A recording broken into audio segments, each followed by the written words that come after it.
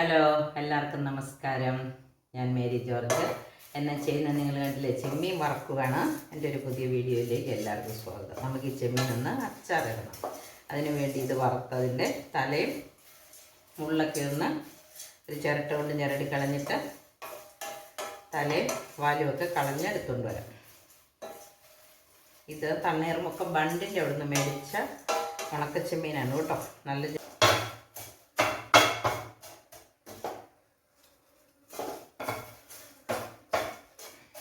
വെച്ചിരുന്ന ചെമ്മീൻ ഇവിടെ അതിൻ്റെ തലയും പാലും കളഞ്ഞ് കഴുകിയെടുത്തിട്ടുണ്ട്. ഇനി നമുക്ക് ഒരു ചീനച്ചട്ടി ഞാൻ അടുപ്പത്ത് വെച്ചു. അതിപ്പം ചൂടായി വെള്ളം പറ്റിയിട്ടുണ്ട്. നമുക്ക് എണ്ണ ഒഴിച്ചു കൊടുക്കാം. നല്ലെണ്ണയാണ്.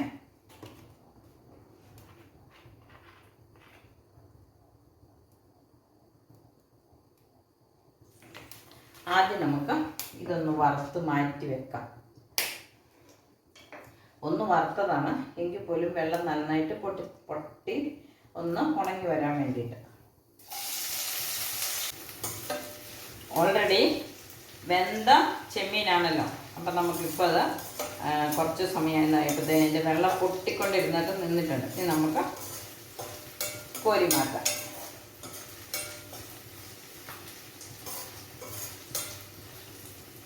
ഇഞ്ചി ഉള്ളിയും ഒക്കെ നമ്മളിവിടെ റെഡിയാക്കിയിട്ടുണ്ട്.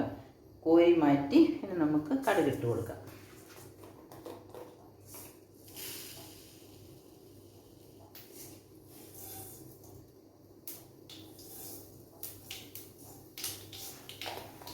ഒരു സ്പൂൺ കടുകിട്ടിട്ടുണ്ട്. ഒരു 1/4 സ്പൂൺ ഉലുവ,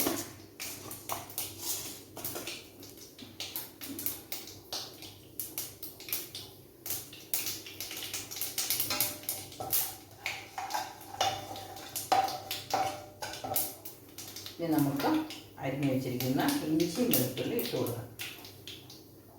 ഒരു 5-6 കാന്താരി മുളകും ഉണ്ട്.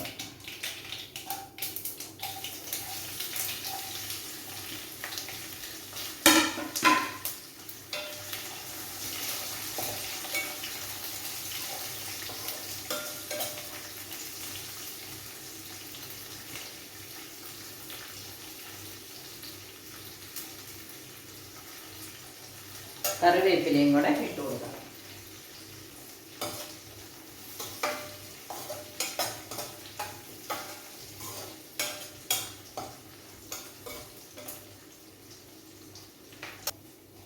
ഇഞ്ചിയും വെളുത്തുള്ളിയും ഇവിടെ മൂത്ത് വന്നിട്ടുണ്ട്. ഇനി നമുക്ക് പൊടികൾ ചേർത്ത് കൊടുക്കാം. ചെമ്മീനകത്തോട്ടൊന്നും ഒത്തിരി എരി പിടിക്കാനില്ല, അപ്പോൾ കുറച്ച് മുളക് പൊടി, 1 സ്പൂൺ മറച്ചില്ലായിരുന്നു വെച്ചിട്ട് 1 സ്പൂൺ കാശ്മീരി മുളക് പൊടി, ഒരു 1/4 ടീസ്പൂൺ മഞ്ഞൾ പൊടി,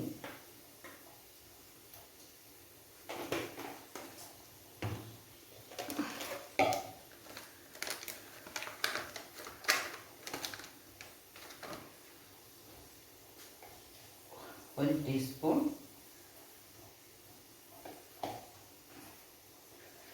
അല്ലാതെ തോന്നിച്ചിട്ടുണ്ട്. ഉപ്പൊക്കെ ഇട്ടേക്കാം.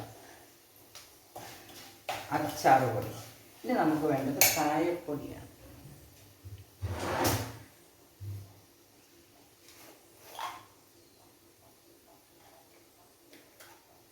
ഒരു 1/4 ടീസ്പൂൺ കായപ്പൊടി.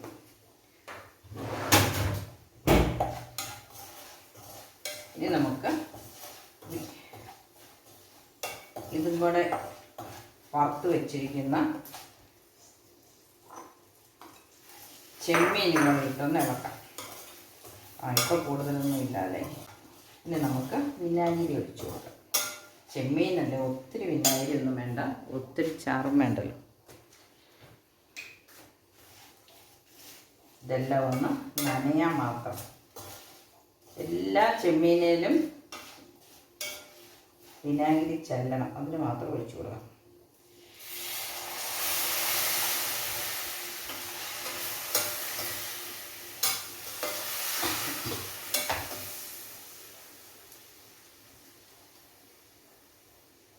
ഇനി നമുക്കൊന്ന് ഉപ്പ് നോക്കാം. മിക്കവാറും ഉപ്പ് കുറവായിരിക്കും. അല്പം കുറവ്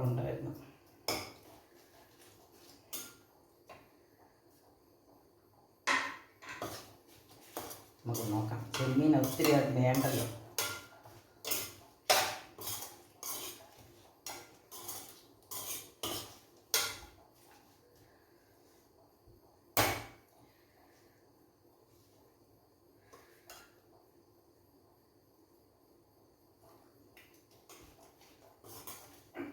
പുളിയുണ്ട്, ഉപ്പുണ്ട്.